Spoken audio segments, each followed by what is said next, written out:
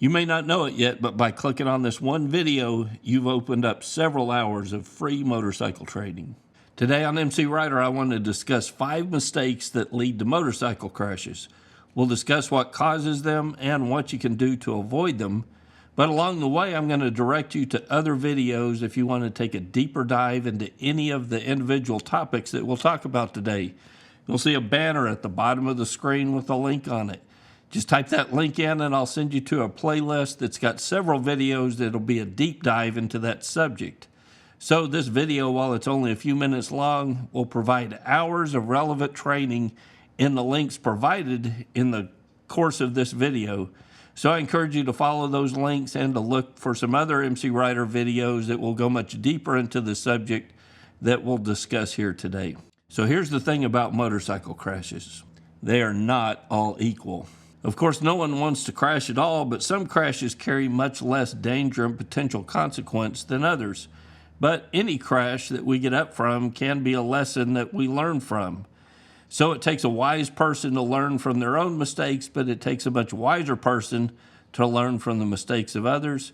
So this week, let's try to be that wiser person and learn from the mistakes in this video so that we don't have to make them out on the street. I've listed these mistakes in a particular order from the least amount of personal risk to the greatest amount of personal risk that you take on a motorcycle. This first mistake that we'll discuss is probably the cause for the highest number of crashes on the list, but like we said, it's the least amount of personal risk to you. That's grabbing the front brakes at slow speeds. And this is such a common cause of motorcycle crashes, and I would guess that many riders who are watching this video have some experience with this one. I know I do. So whether you're pulling your motorcycle into a garage, you're pulling up to a gas pump, you're practicing your slow speed skills, or you're pulling into a parking spot on a bike night, if the handlebars are turned or even slightly turned and you do this, you're going to drop the motorcycle. The heavier the bike is, the more likely that you're going to drop the motorcycle. But even a relatively small motorcycle can get suddenly heavy if we make this mistake. Some people would call something like this a crash, others don't. To me, if a drop like this happens out on the road, at a gas pump, those kinds of situations, I call it a crash, even if it carries the least amount of risk to you and probably the least amount of damage to your motorcycle. However, if this happens on a parking lot and you're working on your skills, we'll give you a little slack and we'll call it a training incident, because the fact is, if you're really pushing yourself and you're trying to improve your slow speed skills, the chances of dropping your motorcycle increase. And I know I've dropped my motorcycle a few times, more than a few times in training. It happens. It's a part of the learning process. But every drop in training, we're saving maybe 2 or 3 crashes out on the street that carry a whole lot more risk to you as a rider when you get out there in traffic. So just go watch any police skills competition. Some of the best riders in the world are in those competitions. They're dropping their bikes because they're pushing the limits on a parking lot. So we don't have to push the limits as far as the cops do in those police skills competitions to be a competent rider on the street. But anytime we push our own personal level or our personal skill set, crashes and drops can occur in training. The key is to have your motorcycle protected, and there's very little risk of serious damage to the motorcycle, especially if you've got crash bars and other means to take care of the motorcycle. Our goal is to practice these skills at a parking lot so that we don't have to experience a drop like this at the gas station or, more embarrassingly, on a bike night. Plus, the fundamentals of slow speed skills help us in many other areas of riding a motorcycle, even areas that would be performed at road speeds out on the street. Slow speed training, while it can result in drops in training, pays huge benefits to a rider out on the street. Because if you can ride a motorcycle slow, you're well on your way to riding your motorcycle at road speed. The mistake is also easy to avoid when riding a motorcycle at slow speeds. Use the rear brake. The rear brake alone to slow down or come to a stop, and be sure to straighten the handlebars or square the handlebars up when you come to a stop.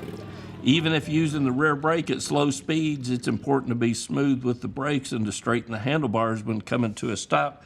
So if you've got those handlebars turned and you really hammer down on that rear brake, the motorcycle is still going to want to fall out of balance. So you want to be smooth with that rear brake, particularly at slow speeds. So at slow speeds, rear brake only, handlebars square or straight when stopping.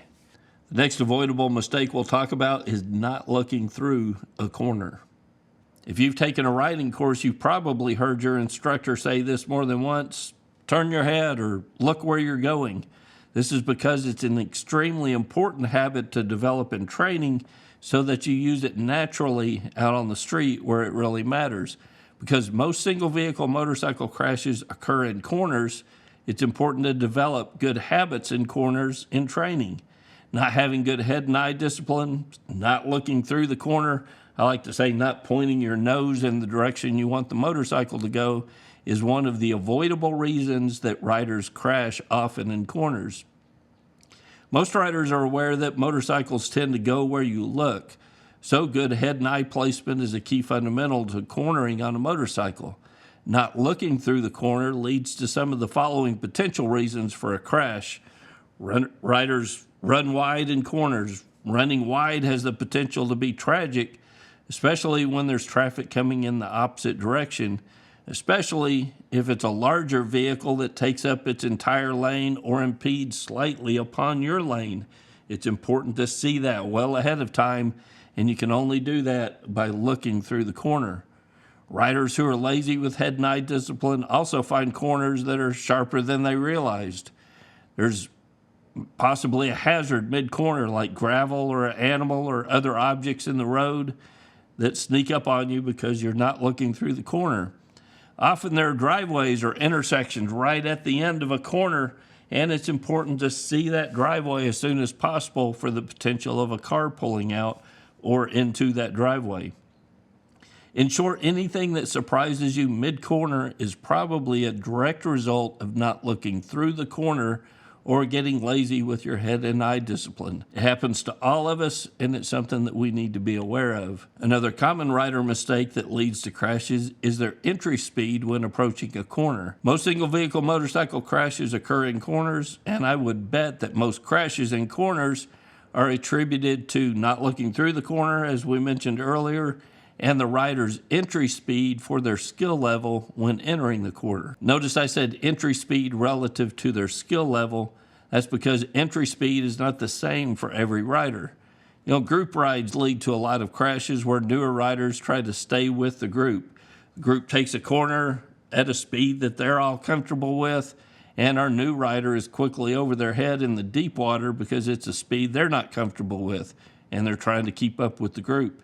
It's important to ride your own ride and enter corners at speeds that you're comfortable with. If your group is not willing to wait for you or accommodate that, find a different group to ride with. There are two primary techniques or thoughts when it comes to cornering. There's what the MSF teaches, slow look, press, and roll, and there's trail braking. I've got links below for each of those if you want to take a deep dive into it. I'm not going to go into the details on this. If you want to learn those techniques, these playlists below, these links are going to have videos dedicated specifically to the pros and cons of each technique and how to develop it and practice it correctly on your own motorcycle. Just use the link shown on the screen, or you'll find them also in the description of this video for a deep dive on either one of these subjects. But regardless of which technique you use, entry speed is important when approaching a corner. It's easy to see how good head and eye discipline is directly related to finding the proper entry speed for a corner. If you're not using good head and eye discipline, you'll eventually enter a corner that's sharper than you realize, and either find a corner that's sharper than your skill level to deal with it, or you'll run out of lane angle and create a whole other problem for yourself. Because on a cruiser, it is possible to lean it so far that hard parts hit the ground and it lifts the rear tire off the ground, leading a whole other set of problems. Cornering is a complex subject, and there's a whole lot of material that I can't cover in this video, so I do encourage you to watch the videos on slow look, press, and roll, and trail braking, and learn more on these subjects. Another huge mistake that riders make is in their following distance. I preach maintaining good following distance on MCrider frequently, especially if you ride in populated areas. Highways here in DFW can quickly change from 75 miles per hour to a standstill in a heartbeat. By maintaining a good following distance, you're helping yourself out and that driver behind you.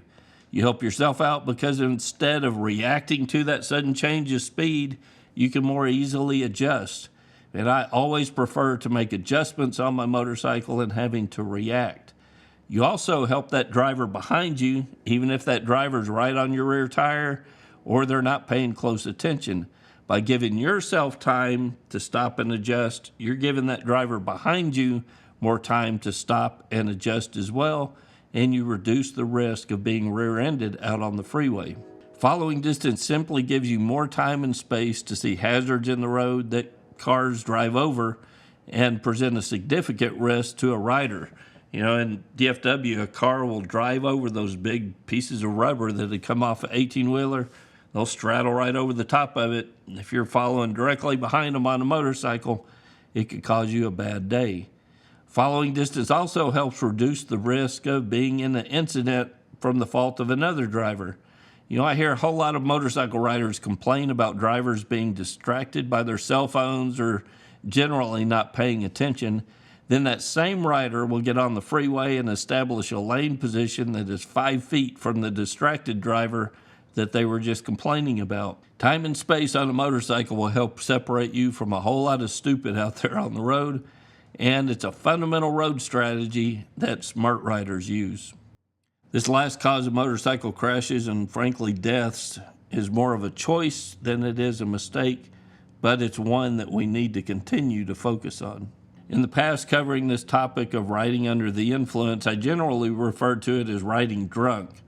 But now that marijuana is legal in a whole lot of areas, I now refer to it as riding under the influence, because both marijuana and alcohol have a huge impact on the number of fatalities that happen on two wheels. According to the DOT, 29% of all car fatalities in the U.S. were a result of an intoxicated driver. And you would think that riders of motorcycles would understand the risk of riding and the difficulties of riding a motorcycle as compared to driving a car, and that number would be lower for motorcyclists who get on their motorcycle intoxicated. Yet the numbers don't show that. In the U.S., 33% of deaths on a motorcycle had an intoxicated rider.